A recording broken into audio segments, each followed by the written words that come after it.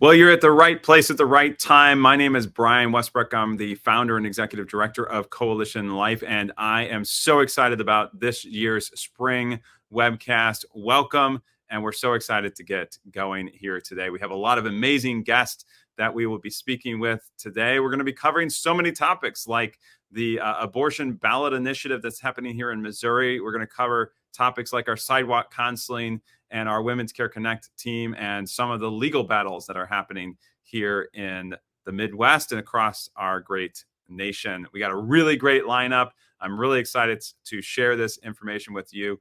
But let's start with a word of prayer. Lord Jesus, we thank you for this day and the gift of our lives and for the amazing, amazing things that you are doing through all of us and for the things that are happening here in Missouri, but also around the Midwest, Illinois, Kansas, and so many other states here in the Midwest. And we're excited. We're excited to have the opportunity to save lives. Be with the technology and be with the people here today, that your voice would be heard through the work that we do here today. Amen. So very excited about the things we're doing here at Coalition Life, especially our amazing team that's making this happen here today. And I wanted to bring on our Chief Operating Officer, Rachel Hiley. Rachel, welcome to the program. Hey, Brian. Thanks. It's a pleasure to be part of the team and here today on the webcast. Well, Rachel, we have over 40 staff members and thousands of volunteers who are making this a reality every single day. And somehow, some way, you manage all of these people. So, Rachel, thanks for doing all that. It truly is a team effort. We couldn't do it without each member of our team doing their various parts. Well, Rachel, we've been doing this since 2011. You've been with our team for now over 8 years. And so kind of take us through a little bit of history of what Coalition Life has been doing and what we might be doing a little bit of here today. Gosh, Brian, over the last 12 years, Coalition Life has just grown and expanded so tremendously in the scope and reach of our work. The nature of our work has stayed the same throughout the whole thing. We started 12 years ago with the mission of peacefully and prayerfully ending abortion, and here we are today with that same goal. It just our vision for it is a little bit broader. We started off with just the St. Louis area, then the St. Louis region, but all the work that you and others did early on in the formation of this ministry and have continued to do over the last 12 years have resulted in this St. Louis method of sidewalk counseling, which is just downright effective. It reaches women in that very last moment. It speaks to them and gives them the opportunity, the courage, and just the ability to turn around, to stop in their tracks and make a new choice. And as we've grown throughout our ministry, we've really recognized that that's something we can't just keep in St. Louis. And so over the course of the last 3-4 years, we've worked pretty intentionally about, well, let's move that and expand that and share this gift that we have as a ministry with the rest of our country. So far, we've done that throughout Missouri, Illinois, and Kansas, with our most recent expansion to Overland Park, Kansas. And of course, 3 abortion facilities being covered down in Carbondale, Illinois, on top of Fairview Heights, and Flossmoor down in the southern Chicago area. So right now we're covering sidewalks at 6 different abortion facilities, all while maintaining our pregnancy center support here in St. Louis at our headquarters. And it's really exciting to see the growth of this ministry over the years, and knowing that we have no intention of stopping until every single woman who seeks an abortion in our country is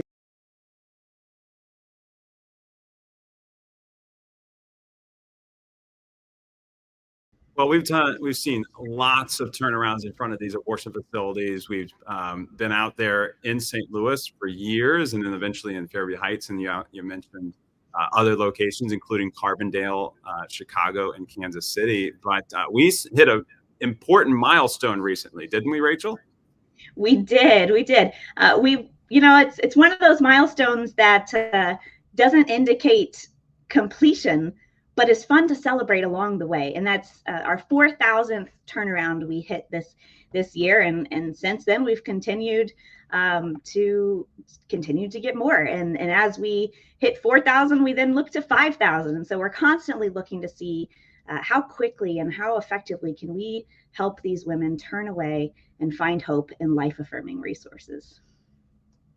Right, and well, we've seen now well over 4,000 in almost 4,100 turnarounds outside of these abortion facilities. And a turnaround is a woman who had decided to choose a better alternative for her and her baby. So we're excited about that and excited to see them eventually choose life. Again, you said 6 abortion facilities outside of those, and many of them were just adding very quickly. Just within the last year, we were at Kansas City and then also Carbondale Planned Parenthood. And just this year, 161 turnarounds just this year so far. And we're on a path to have one of our best years ever. So, Rachel, tell me about our team and how we're growing and expanding. As we've talked about, we've got coverage at 6 different abortion facilities. So we've got teams scattered throughout Illinois, Missouri, and Kansas offering sidewalk counseling. We've got our Women's Care Connect team here in St. Louis at our headquarters. But we're always looking to grow. I mean, with our model of sidewalk counseling, it 100% relies on the bodies to be there. It's a ministry of presence. Simply by being there, being trained professional sidewalk counselors on the front lines, we're able to have those conversations and reach out literally at the last moment, where without us there, those women are walking into the abortion facility and likely terminating their pregnancies right then and there. We have to be there. And so we're looking to grow not only to new sites, but to enhance our teams at the sites that we're already at. The more trained professional sidewalk counselors we can bring onto our team, the better we can cover every single hour those facilities are open and make sure that there's not a single woman at any of our service sites, but eventually across the entire country, that would ever seek an abortion without first having the opportunity to meet a loving and effective advocate for life. Well, thank you very much, Rachel. Thank you for all that you do to help support life. And thank you for being on our team. Thanks, Brian. And now we're going to move on to Anne Marie Miller. She's with Aid for Women. They are growing and expanding throughout Illinois. And I was able to catch up with her earlier this morning.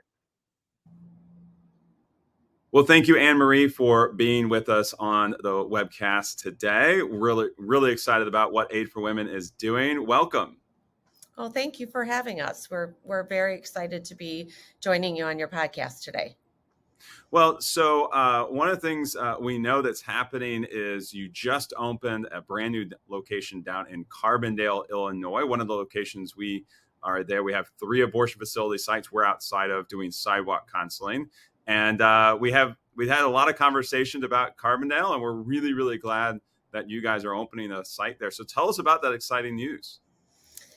Yeah, so, as in all the framework of things that happened ever since Dobbs, that there have been people needing to find other places to come to have an abortion because in their states they have had restrictions put on by either by law or by time that they are not allowed to pursue that in their own state.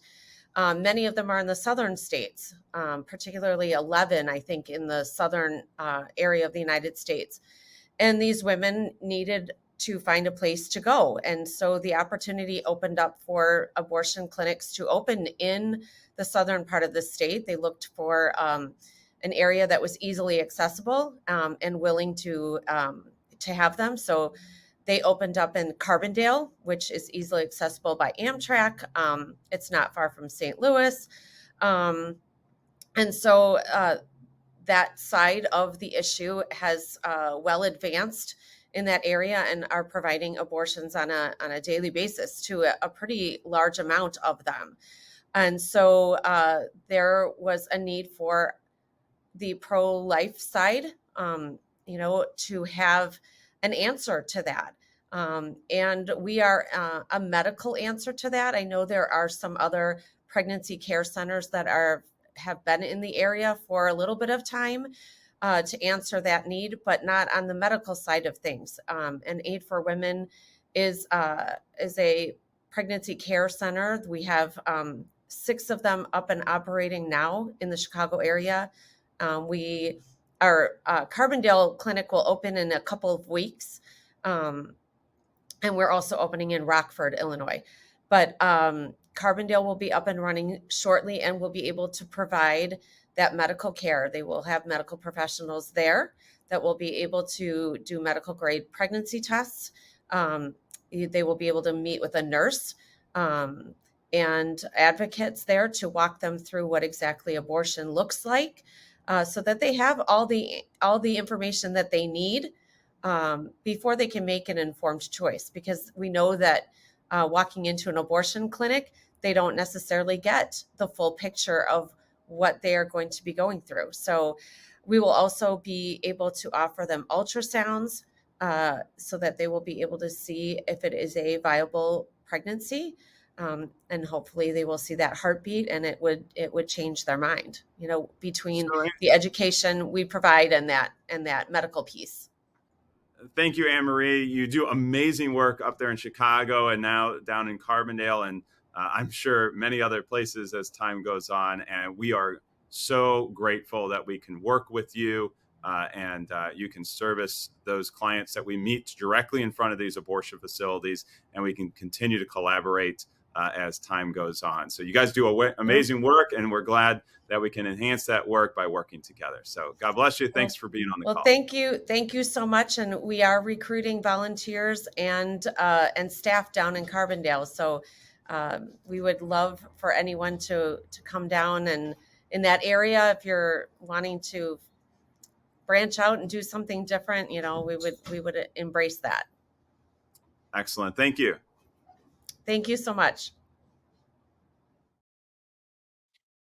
Well, Anne Marie, I really appreciated the time we were able to spend together. We were talking about all kinds of different variety of things, but we thought we would share that portion of our talk this morning. We are so grateful for our pregnancy centers. There's 3,000 pregnancy centers around the country that service these women. The pro-abortion movement says that somehow that we don't care about the women, but in fact, we're the only ones providing real tangible choices for these women. And so to talk about that is Jackie Olympio, who is one of our lead sidewalk counselors. I was also able to catch up with her earlier as well. Let's see what Jackie has to say. All right, well, today I have Jackie with me, who's excited to share us about our sidewalk counseling efforts here in St. Louis, but also around the Midwest. So Jackie, welcome. Thank you, Brian, for having me. And so what does it mean? Like, what are you doing when you're training our team, whether they're volunteer or staff? What are you doing in that process? Yeah, so we have 6 sites that we sidewalk counsel at currently. And so at all of those sites, we have anywhere from like 4 to 15 sidewalk counselors that all need time to learn how to sidewalk counsel, be trained up for the first few weeks that they're here. But then also, there's so many different encounters you have in front of the abortion facility. You encounter the women themselves, their families, and there's a lot of different aspects that go into really giving a good counsel. So we spend time each month with each counselor, and even we spend a lot of time even with our volunteers to do mock counseling sessions. So we get to practice different scenarios. I will, and my and the other people that help to train will go out on site and actually evaluate as an encounter is going on, obviously not interrupting, but just seeing how that goes. And then even we do record for safety and training purposes as well. And so we're able to actually use that to improve how we might encounter the same dynamic in the future. So it's extremely helpful. It's very beautiful to see as well, because nobody can be in 6 places at once. So it allows, me to analyze Monique over in Carbondale, who does an amazing job counseling, to actually hear what those conversations are like with her clients and how she gets her turnarounds, and to really emphasize the key part skill that God has given her that makes her different from the rest of us, and see if all of us can replicate it or at least learn from it in some way. So we've got a lot of learning out there on the sidewalks, and we've been doing this for 12 plus years. and you've been with us for many years now. So, Jackie, tell me, what is the impact of sidewalk counseling? What does that actually look like? Yeah, so sidewalk counseling is the last line of defense for abortion-minded women. So it's really important to make sure we're educating the culture about the reality of human beings' lives beginning at conception. It's really important for all the different, every aspect of culture is important. But we are there right at that last moment, right before the woman enters the abortion facility, to be God's hand reaching out to her saying, don't do this, choose life for your child. This human beings are not disposable. And we just have to constantly refute that lie that is so prevalent in our culture, that a human being is just elective, that you can elect to have a baby or not, because the majority of abortions are elective abortions. So sidewalk counseling, the heart of it is, just realizing the value that each of us have, and being the direct contradiction to the lie that life is disposable. And Jackie, tell me about some of the stories that are happening there in front of these abortion facilities. What's going on, and how can we be excited about these victories? Yeah, so I have a really recent story. I'm very excited to share it because I wasn't even on site. I was in one of our different offices, and I started getting notifications to my phone for prayers, and that the Fairview Heights site needed some backup. So what had happened was Isaac, one of our sidewalk counselors out here, had a woman turn around to get an ultrasound at our mobile medical unit. We work with great pregnancy resource centers, and we not only have our own pregnancy resource center, of course, but also we work with the local ones too. So they were getting her an ultrasound, but we know that at one point the ultrasound is over and the woman has that decision point. And so it was so cool to see, because our site manager out there, Sherry, was waiting to notify the sidewalk counselors that this woman was available again, so that he could interact with her again, because he had so much to say to her. So first of all, she got to spend about an hour with our pregnancy resource center. But then upon return, he spent another over an hour. I think it might have even been 2, because we got a prayer request like almost an hour later, again in our prayer request chat. Please pray for a sidewalk counsel right now. And I was like, oh, he's still going. I knew exactly like what was going on out there because of the call. And so this whole time he's counseling this woman who felt like she had zero support. And he was, not only were we using the St. Louis method, of course, with getting the material support, but then the deeper counsel that happens after they receive that. And he just took it upon himself to really focus on that woman. And so his backup sidewalk counselor, Leanne, was just taking charge of all new people. Any new woman that came in, she was taking charge. So it was just really neat to see the entire team was working together to really make sure that this child's life was taken care of and that this woman was taken care of. And he got as deep to talk to her about God. And he asked her, what would God want you to do? And that Mary, Jesus' mother, had an unexpected pregnancy, and that God supplied all that she needed too. And then she said, I just don't have support. And so he started asking about her. So what is your family like? And got to know that the family actually would support her because of her past children that she had and the evidence that she had in her life for the support that was already there. So this is just an amazing thing, because he, at the end of the day, was like, please pray. She's still undecided, but she went home. And she was, and it was not I'm going home to come back tomorrow, if that makes sense. So it was just a really beautiful turnaround. Please, everybody, pray for that woman.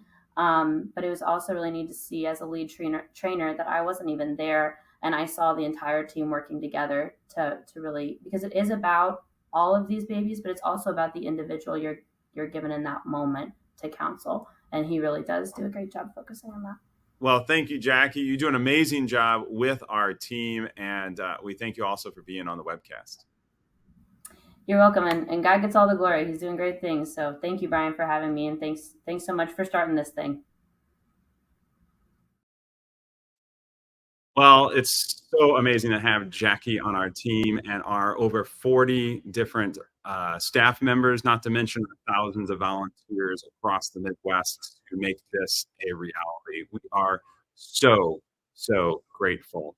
And right in the heartland in Jefferson City is a dear friend of mine, Brandy Meeks with the Vitae Foundation. Let's see if we can get Brandy on the call there. There you are, Brandy. Good to see you. Good to see you as well. Thanks for having me. Well, we're having a lot of fun here. We had a little technology problem after we started, but really good to see you. I saw you at the Midwest March yesterday, and you were able to talk to a lot of people out there. And what can you tell us about some of the challenges? I know Vitae's been around for a very long time, but what are the challenges we're seeing here in Missouri, but also across our great nation? Sure, but first I want to mention, did you happen to tell everybody about that really great award you got yesterday? Are you sitting on that? He got an award everyone yesterday at the March, just so you know. He's probably pretty humble about it, may not have shared about it, but it's kind of a big deal. So yeah. Well, great. They gave me this Champion of Life award, so I was honored. I was honored to be able to receive that award yesterday. I brought some of my children with me, and it was written out to my wife, Anthony, Marisa, and myself together. And what was she doing to protect innocent life? She was taking care of our 5 other children while I took care of the 2, and they have a big performance this weekend. So very cool. Yes, so great. Well, good to see you, Brandy, yesterday. Good to see you as well. And thanks for being with us briefly here today. Sure. So let's talk about threats, right? We're seeing some things nationally. We're seeing some things at a state level, but overall, we need to be very, very vigilant to understand what's going on with the abortion pill. So many times we hear things like, oh, Missouri's an abortion-free state. And of course, you're serving more than just Missouri, but sometimes we find some safety in that and some refuge in that. And while we should find some pride in that, because it means that we have done a really great job defending life here in the Midwest and with our values, we need to be keenly aware that the enemy is on the prowl and using whatever technology and tools they can have at their fingertips through those things to be able to get the abortion pill into our loved ones' hands, essentially. And so we have to be aware of that. Well, Brandy, we talked a lot yesterday about this ballot initiative that's happening here in Missouri. So tell me about this ballot initiative. Why is this important, and why should we be paying attention to it? Sure. So the thing with the ballot initiative is that we have to be aware about what is truly in the language. And so much has been spun up as, making it seem that it's less than what it is. The truth of the matter is it's abortion up until birth. Every time that I have done any kind of interview besides radio, any kind of print interview, they've actually misquoted me to say it's abortion up until viability, because that's what the other side is saying, but it's simply not true. It's up until birth for any reason. And that's, again, one of those things that we need to be aware of. Just like the abortion pill tends to slip itself in as being something more simple than what it is, it truly is dangerous, and we need to be aware of it. And also, we've got to be able to communicate effectively with our circles of influence, not in a combative way, but in an educated way to help them understand truly what is in that ballot language. Well, I know that they have until, I believe, this Sunday to turn in those ballot petition signatures. And we heard that potentially even tomorrow they might be sending them in. If someone wants to remove their signature, isn't there a website? Do you remember the website? We need to. You're going to put me on the spot, Brian. I know you can plug in the website. Well, I do, so I'll share it. So with withdrawsignature.com, if someone believes that maybe it's signed by mistake, or if they believe their identity may have been stolen, withdrawsignature.com is a way to get that done. Can I also add, just so people are aware of this, they were going to nursing homes to do this. Yeah. So if you have a loved one that's in a nursing home that might have been approached, I would encourage you to work with them to be able to get their names withdrawn as well, because in many cases, they probably had no idea what they were signing on to. Exactly.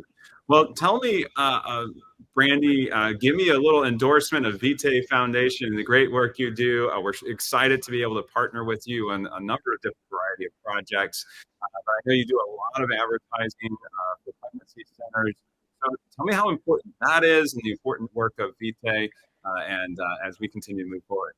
Appreciate that. So our focus is essentially on research, and we do different types of research than maybe what you would traditionally think about within the pro-life sphere. A lot of people think about surveys and polling, and while those are great things, especially for political projects, ours is emotional research. So we use right brain research so that we can clearly understand what goes into decision making, especially for people who are choosing abortion or thinking about abortion. So how that really goes into play with the work that you do is essentially you're working with people every single day that are considering abortion. And so what's really great about the work that we can collaborate on and do together is that we can bring the research to you and to the companies and organizations that you work with, so that together we can collaborate to truly create a culture of life, because it's going to take all of us in our unique roles to be able to do that. So, and what do donors love to hear more than anything? Collaboration, right? Absolutely. And so that's what's really great about the work that we have been able to do together lately, working on radio ads to be able to educate the public about what is truly in the ballot. And then additionally, being able to continue to work together so that we know the right words to use whenever we're talking with women considering abortion. And we're getting ready, hopefully pretty soon, to do a men's study where we want to understand better about how to communicate with men about the issue. We've done the general public, we've done women specifically, we've done abortion healing projects. Abortion pill reversal is a big project that we just wrapped up. And for those that aren't familiar with abortion pill reversal, that's the opportunity after someone takes the abortion pill to complete a progesterone reversal, be able to a progesterone process that allows them to reverse the abortion pill. A lot of people don't know about that. That's where we come in to try to raise awareness about that. But we're really thankful for groups like Coalition Life that get it, that understand clearly that there is a really effective way to do something, and you guys are doing it well. And so we're thankful for any opportunity that we get to pitch in and say, hey, how can we work together more closely so that we can save more women and babies and ultimately families from abortion? Absolutely. And I think that's abortionpillreversal.com if our listeners are want to check that out as well. It's not directly connected with either one of us, but that's right. The work that they're doing as well. And the one thing you said there, Brandy, which I love, is collaboration. I have seen the pro-life movement be so unified in the last several years. Post Dobbs decision, I've seen some amazing things come out of Missouri, and unification is the word that we're continuing to talk about. So, Brandy, thanks for being on my call today on our webcast. Absolutely. If you ever need me to do something on your webcast or events or whatever, let me know. You better watch out for I what said you it ask publicly for. now. You're right. Thanks, everyone. Take care. Well, thank you, Brandy. Well, we've been talking about sidewalk counseling. We talked a little bit about research in this ballot initiative, and now we're going to talk about our Pregnancy Center Women's Care Connect. Back in 2015, we started this ministry as just a basic phone call to the women that we turned around at the abortion facility. We made these phone calls, and we thought, well, maybe we'll have a chance to talk to them.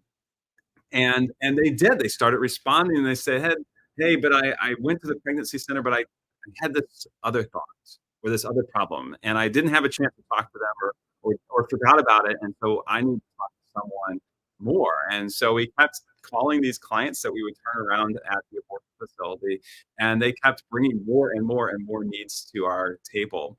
And so we continue to expand that Women's Care Connect program to what it is today, a full-blown medical pregnancy center with ultrasound, pregnancy testing, and also STD testing to continue to serve these clients even better. And in fact, we got all kinds of variety of statistics. We have well over 4,800 clients who have joined us, and we've been able to serve them since 2015. We've seen over 429 ultrasounds we've been able to do, and we're so glad to have our nurse on staff. She's pretty darn amazing. We're blessed to be able to continue to show a picture of these babies to these mothers. And just in the last year, we've seen over 1,000 clients and we've been able to serve. And to tell us just about that is Rena, who's here with me in studio today. Is this a studio? Yes. So, Rena, welcome to our program today and our webcast. Rena, you are serving with our Women's Care Connect team, and we want to talk about all the amazing work that you guys are doing. I know you were just talking with many clients already this morning. While you were waiting, you were already still working with our clients, and so thanks for carving out just a couple of minutes with me here today to talk about the work that you do. So, thank you. Of course. So, Rena, tell me why you joined Women's Care Connect. What kind of excited you about doing this type of work, and what kind of things does Women's Care Connect do on a daily basis? Maybe our listeners don't know. I joined Women's Care Connect because I wanted to help women in crisis situations, especially through their pregnancy. I was a young mother myself in a crisis pregnancy, and a lot of people weren't there for me. So it's good to be able to be there for others and help them in a way that actually makes a difference.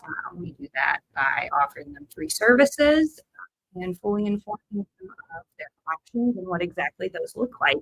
A lot of these women don't know, and just sitting down and having conversations with them makes a big difference. And sometimes these are lengthy conversations, right? Yes. And so one of the things I really, really love about Women's Care Connect is it's grown from a simple phone call of, hey, how was your trip to the pregnancy center? Did you get what you were looking for? To now a full-blown, one of the best pregnancy centers in the nation, but I'm a little biased, right? And you guys do really, really amazing work for our clients. You go above and beyond 24/7. They can call and talk with a real person.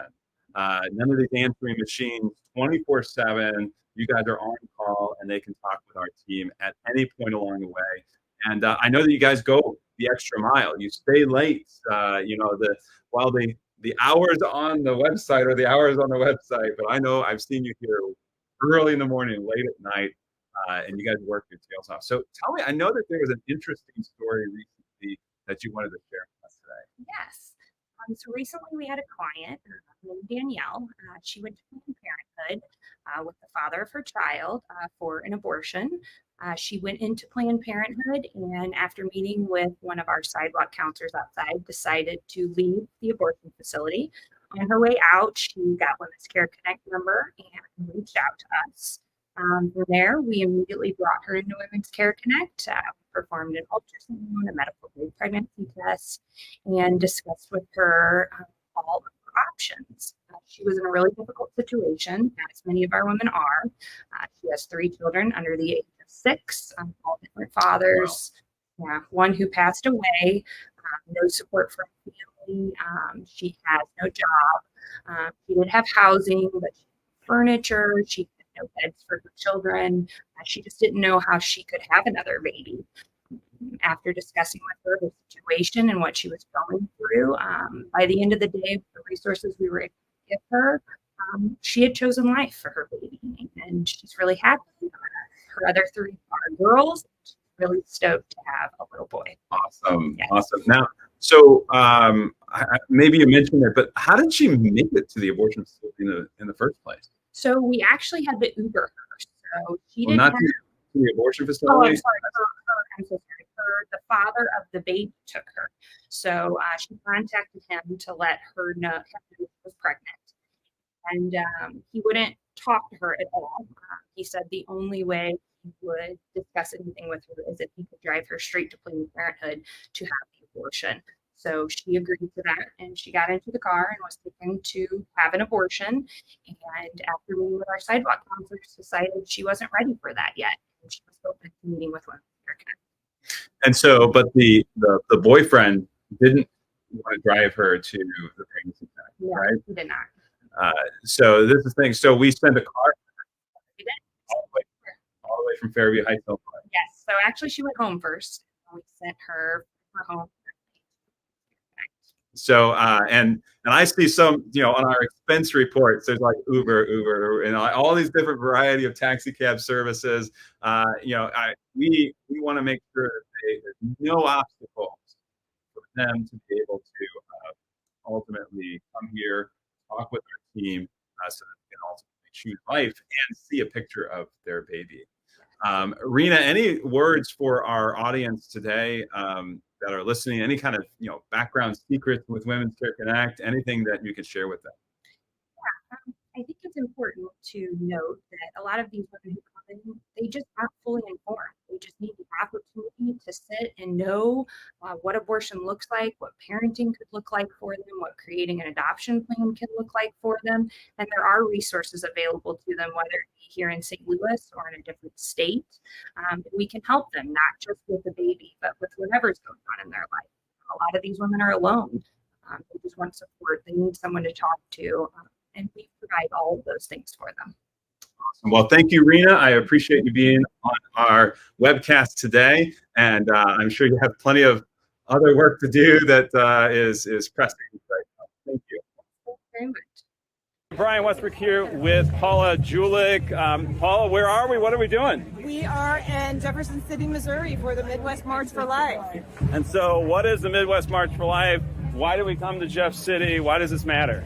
It matters because now that Roe v. Wade has been overturned at the national level, the battle is in the states. And right now we are fighting the pro-abortion forces who want to enshrine abortion in our state constitution. This is awesome to bring all the energy of the whole state together under the banner of our Lord, to let all of these businesses and all the people in this city and this state see the enthusiasm we have and see the righteousness and the love of God. It's incredible to come together with so many different agencies like yours, Brian, like Coalition. So that's what we're here for, to let the world know. For Life, Melissa, welcome. Excited to see you here today. Why are we here?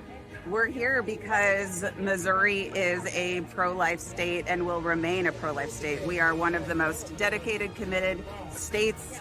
And really, when I even look around the world, people are watching what's happening in Missouri. We serve women, children, and families so well, and we're not going to have that change. So we're here to celebrate what we've done and what we're going to continue to do. What are we concerned about? Is there anything to be concerned about here in Missouri? Well, we know nationally, right, out of 7 initiatives, we have lost the battle for life in all 7. And all eyes are on additional states like Missouri. And, what I really wanted to encourage people to do today is still have hope and stay the course, because we are not going to allow abortion to get a foothold back in Missouri. This victory that we have had over the years is not going to become a defeat. And it's because of ordinary people who make an extraordinary difference every day. So, Melissa, what should we be encouraged about here in Missouri? We should be encouraged by the fact that in many ways, we are under attack. I mean, I know this is not enjoyable. None of us want to have money going to ballot initiatives and all this sorts of things. But the fact that we are a threat to the abortion industry and their lobby is something we should be encouraged by, because that tells us about who we are and the difference that we make. So I say be encouraged by that, but also, be so wise and discerning with that to know who we're up against and use, the attacks that we're under to have those conversations about the incredible efforts that we have in Missouri that defend life, that serve women and families well. So I think we should be excited about that, but more so, we need to be excited about who we are in Missouri. The organizations, the leaders, the everyday people who make a difference, we need to celebrate that. What are you excited about? What's coming down the pipe that's going to really make an impact here? I'm excited about God. I'm excited that God is definitely on our side, and we are on his side. Actually, he's not on our side, we're on his side. And we know that we're doing his work. And if we're doing his work and we're growing closer to him by defending life, then that's a good thing. The fact that we're growing closer to him because of this work was what really brings us here more than anything, is to do his work and to grow closer to him. Hi, Donna. What are we doing here today? We are marching for the unborn. We have a couple thousand people here, a lot of young people supporting the unborn, and we are just happy to be alive. What kind of things are you doing in the pro-life movement? Where do you see the most impact that we need to be having? I think as far as myself, I'm on the sidewalk praying every week, every Friday with Coalition, and I think the most impact we can give to our future generations is education. Give me one example of how we can educate those about abortion. I think opening their eyes, being on the sidewalk, praying, learning what the truth is about abortion, and supporting Coalition is an unbelievable way to get that word out. About Coalition Life, why is it important to support Coalition Life? Coalition Life they're the first ones you see when you enter your facility for abortion. And they are both passionate and unbelievably devoted to the unborn. And it is very important that we continue to support them financially and spiritually in all that we do.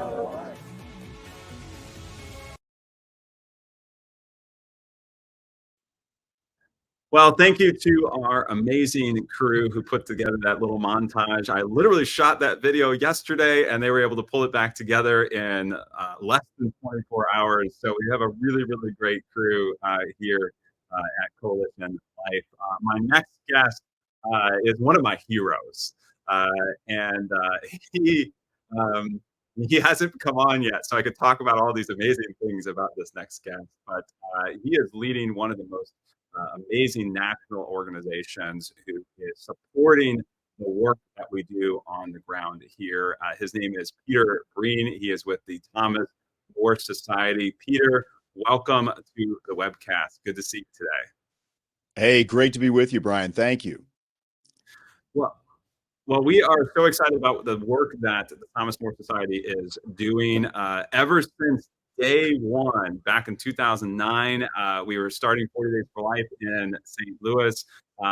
You and Tom and everybody have been supporting us every step of the way. So, Peter, thank you for that first and foremost. But give us the landscape of what's happening with regards to abortion post Dobbs. What are you seeing the biggest challenges we're seeing? Well, I would say this: we've now split up into blue states and red states to some extent. Our work in the blue states, as we call them, Illinois, which is just across the line from Missouri, where obviously Coalition Life has been wonderfully active. We're having to redouble or retriple our efforts in states like that. So we are, right now we've just launched new lawsuits against the state of New York, which is trying to shut down pregnancy centers in that state.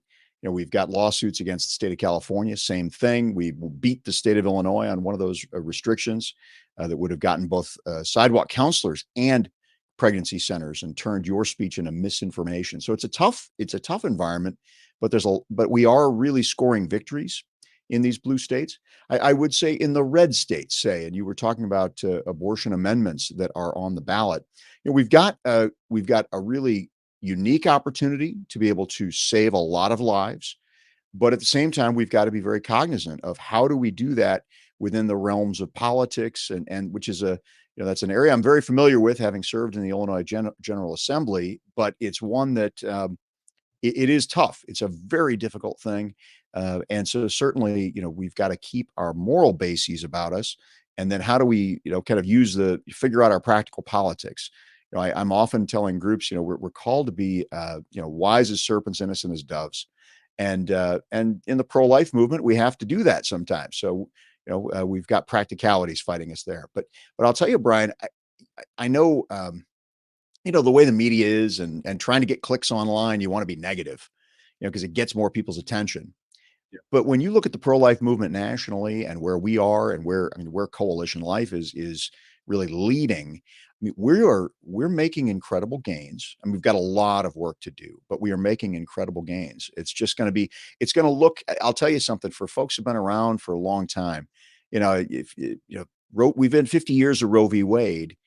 Things are going to change a little bit in the way that we're fighting. And you're seeing it now. The next few years, it's going to really settle out, I think, a new status quo.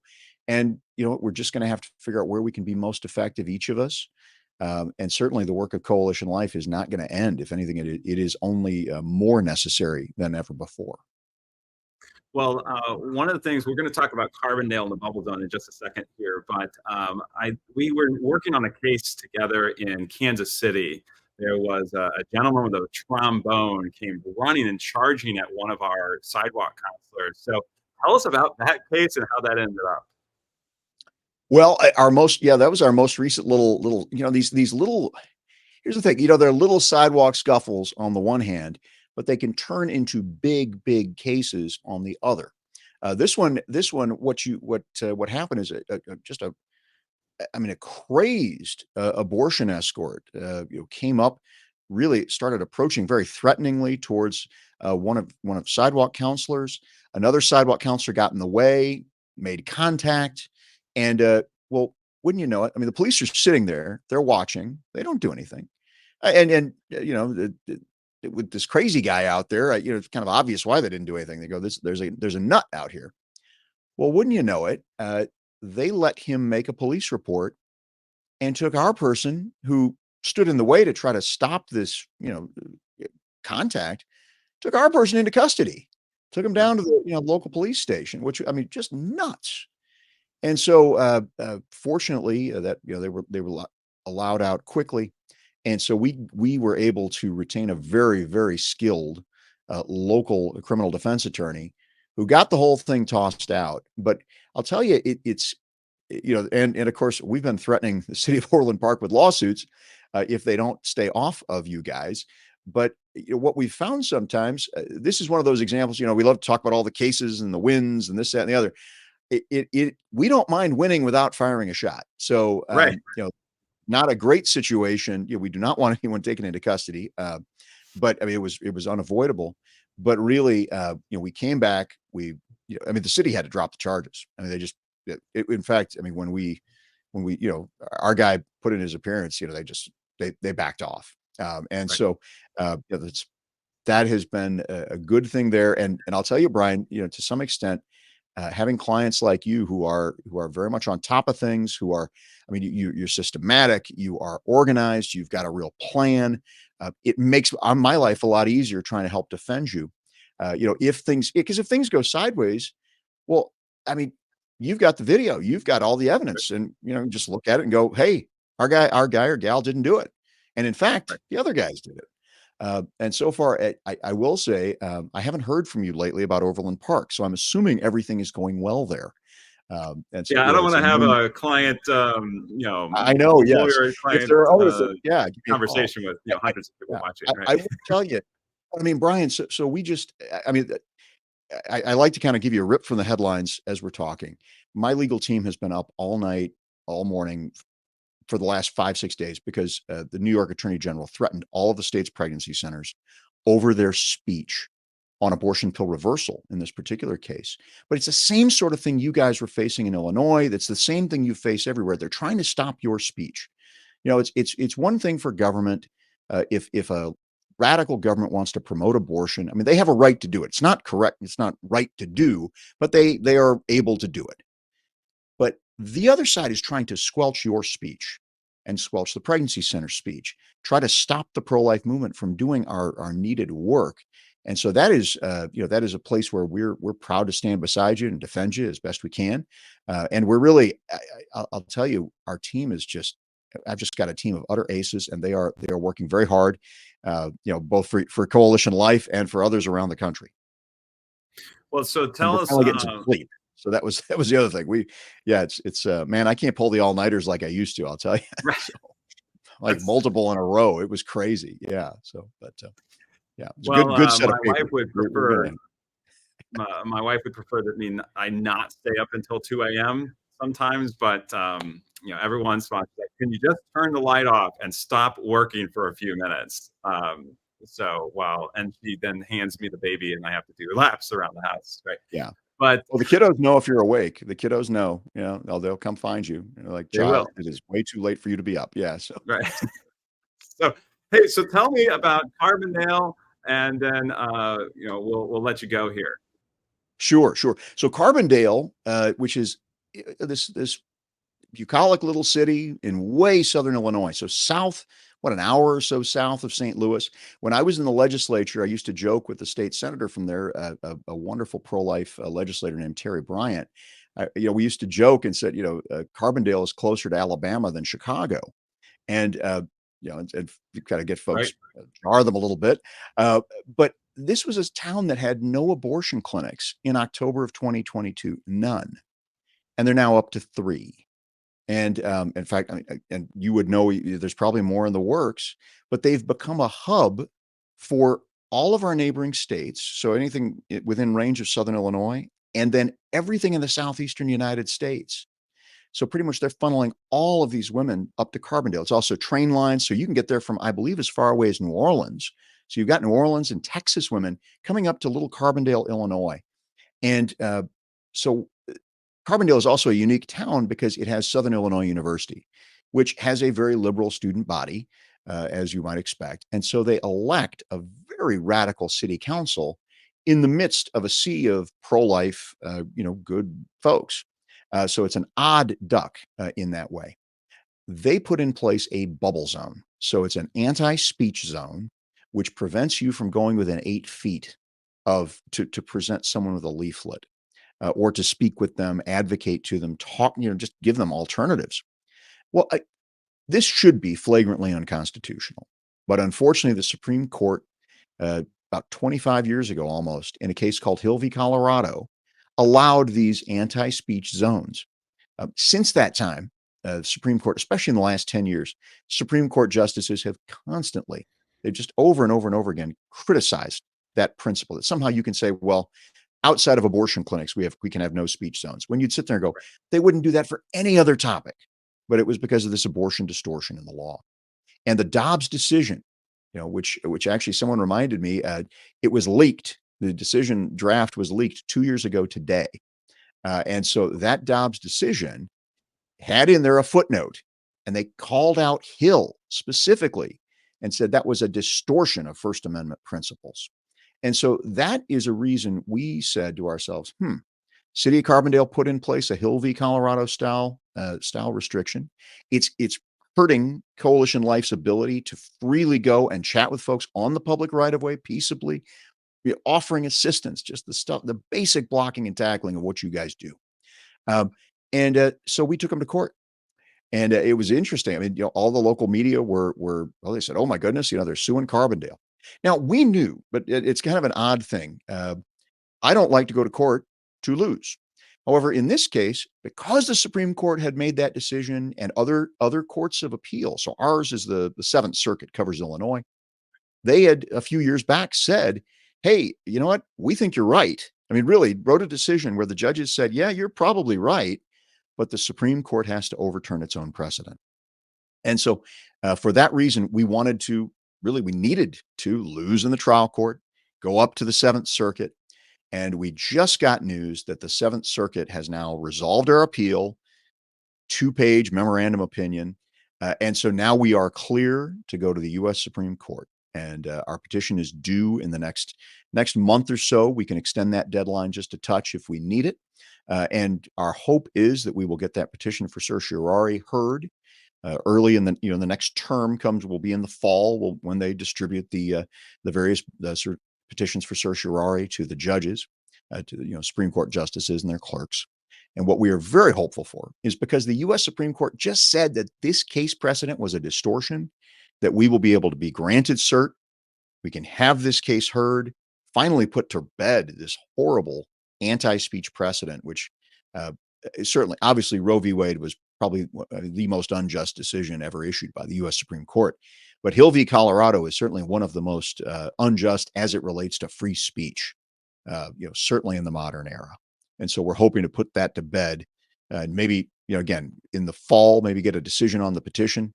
And then if granted, then we would have oral arguments later than in 2025. And with any luck, by middle of 2025, the bubble zone will be gone in Carbondale, and every bubble zone throughout the country will be gone. The state of Colorado has one. City of Chicago has one. Lots of places have these horrible laws, and it is time for them to go. Well, thank you very much, Peter. I think when we were talking about filing this lawsuit, I said, I don't know, I really don't want to file a lawsuit. Do I really want to put my name behind this? Do I really want to do this? And I think I remember you saying, well, every other group comes running to me and they want to sue people, and all you guys want to do is actually save lives on the ground and do the hard work. So those are fun times, and thank you for representing us. Thank you for working really diligently and for giving us an update on all of those. Absolutely. And I thank you for everything you guys do. And I mean, we're so honored and privileged to be able to walk with you and just help keep your guys and gals on the street and just continuing to do your work of saving lives. Well, thank you, Peter. Well, now we have a chance to talk about so many different things that we are moving forward on. So we talked a lot about during this webcast, many of the things that we have done. We've done a lot of work with sidewalk counseling. We've done a lot of work with our pregnancy center. And as you just heard from Peter, we're going to be doing some additional work through Thomas Miller Society, including our on-staff attorneys who are working diligently on these lawsuits and other things as well. Who knew that we would be getting involved in these types of things? But the pro-abortion movement is dragging us into, and we have to respond to those with legal action as well. And also, we talked about the initiative petition and how we really need to inform people about how radical this is in the state of Missouri, because we know that if Missouri can stand against these, then we can continue to take back our country and defend our pro-life positions. So what are we doing now? Well, we got a lot going on, and we have a great team of volunteers, a great team of staff members. We are looking to expand and grow. And so there are 690 abortion facilities, roughly 692, according to this map specifically. And as you might notice, most of the abortion facilities actually sit on either the West Coast or the Eastern Seaboard, or this state in the middle called Illinois or Michigan. And so you can see on this map many of these states on the southern part of the United States, they have dramatically limited or completely eliminated abortion in those states. And so we're looking at places to go and expand and continue to bring what we have done in St. Louis, in Illinois, and now in Kansas City across our great nation. So we're going to be turning our attention to the Eastern Seaboard, and first and foremost to Atlanta and Florida and South Carolina and many of those states. In fact, my wife and I and our children will all be going on a 30-day trip to scout out and understand what abortion facilities we will be taking our mission to. In fact, we will be traveling to over 20 different states in this process. We're prepping now. Our team and our volunteers have been working diligently to help us to understand where the best places our methods could be executed. And we're working diligently to be able to see and meet many of the leadership throughout the entire Eastern Seaboard. So look forward to that trip. We're very excited to be able to do this. And we couldn't do these kind of things if it wasn't for the great people behind the cameras and the lighting and everything else like this. We couldn't do this without our great team who makes that happen, including our staff and volunteers, and also our legal team through Thomas More Society and our legal team here at Coalition Life. And most importantly, it's about each and every single one of you who is watching here today. We couldn't grow and expand. We couldn't even think about going to another 100 or 200 abortion facilities nationwide if it wasn't for you. And so today, we just want to thank you for supporting us for the last 12 years and continue to support us here today. And so with that being said, we're so excited to be able to announce today a $250,184 matching challenge that will start today all the way through May 10th. That's a lot of money, but a handful of donors have put up this money, and they are challenging you. They're challenging me to be able to continue to support mothers in their choice for life, whether it be on the sidewalk or whether it be through our pregnancy center, or as we continue to grow and expand throughout the entire nation. And so today we ask you to please pray about this, but also act quickly. We need to be able to hit this target within 8 days by midnight on May 10th. That's $250,184. So let's pray first, and then I'll show you how we can make these donations and support the work that we do here today. So let's pray. Lord Jesus, we thank you for this day, and we thank you for the opportunity to serve you, and thank you for all of these amazing guests who are on the program today. Thank you for all of those who are listening, whether it be now live or during the recording after the fact. Thank you for all of those who made this possible. Today, we're considering supporting this great ministry, all the people who were part of it, all the volunteers who make it possible, and also the expansion and growth. We're looking at going to so many different places around the country, clear the path, make it abundantly obvious where we should be going next, where we should be investing our donor dollars, our very, very generous donor dollars. Help us to understand where we're going next and be with those donors today. We're considering a gift to this work here today. Amen. And so how do you do this? Very simple. You go to coalitionlife.com/donate, coalitionlife.com/donate to be able to make that online donation.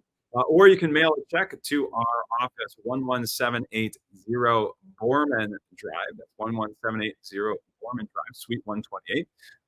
That's here in St. Louis, Missouri, 63146. All gifts must be postmarked by next Friday, May 10th. Make sure that gets postmarked in order for it to apply to the match. And yes, this is a all or nothing matching challenge, meaning if we do not hit the number, we no longer can collect on the $250,000 matching challenge. So we don't fundraise a lot. As you might notice, this is the first time this year we are asking for funds, and it's the first time we have an opportunity to double your donation here in this 8-day time frame. Also, there's actually a great opportunity for matching challenge with regards to monthlies. So monthlies are a great way to apply your ongoing donations throughout the entire year towards the matching challenge. So if you give a donation of $10 per month or $100 per month or $1,000 per month, that will immediately be doubled for the next 12 months and beyond. And so we're so excited to be able to continue to offer this opportunity for our donor base and be able to serve even more clients through what we do. Also, for those Missouri residents, I'd like to talk briefly about our tax credit opportunities. Here in the state of Missouri, we are so blessed to be able to run a fantastic pregnancy center, and we have an opportunity for the pregnancy tax credit. 70% of your donation could be wiped away through this tax credit. So a $1,000 donation could be out of pocket as little as $180 for that donation. And so to learn more about that, you can go to our website as well to learn about that process. You could even give upwards of $70,000 for a $50,000 tax credit as well. If you have any questions about that, please reach out to our team. We'd be glad to help you through that process of offering that tax credit to yourself and to your family members as well. Well, on behalf of our entire team, we are so incredibly blessed and thankful for this time we've had to spend together. Our clients thank you as well. And as I reflect here and I kind of wrap up, I think about the very first client that I met on the site. Her name was Deasia, and she came with a friend, and she walked up to that St. Louis abortion facility, and she was just looking for help. And she was looking for, where's this abortion facility? I want to go into the abortion facility, and I don't know what I'm doing here, but I was able to talk to her and her friend and work with them as well to be able to choose life for their baby. And it was just me, just standing on the sidewalk with a couple of brochures and doing what I could. And now we see thousands of people be able to implement these basic strategies and this opportunity to save lives on the sidewalk. And so sometimes I think of Deasia and this baby that was born who is now probably 12 years old. And just kind of thinking of the family tree that's going to grow because of the work that we are doing here today. So thank you very much. Thank you for being on the webcast. Make sure to share this with your family and your friend. And remember, it's an all or nothing matching challenge, $250,184. And we will see you on May 10th. Make sure to make those donations before then. I'm sure my team would love that as well. But make sure that you donate today and continue to help us to grow, expand right here in the St. Louis area, but also across the great nation so that we can save the most amount of lives. God bless you.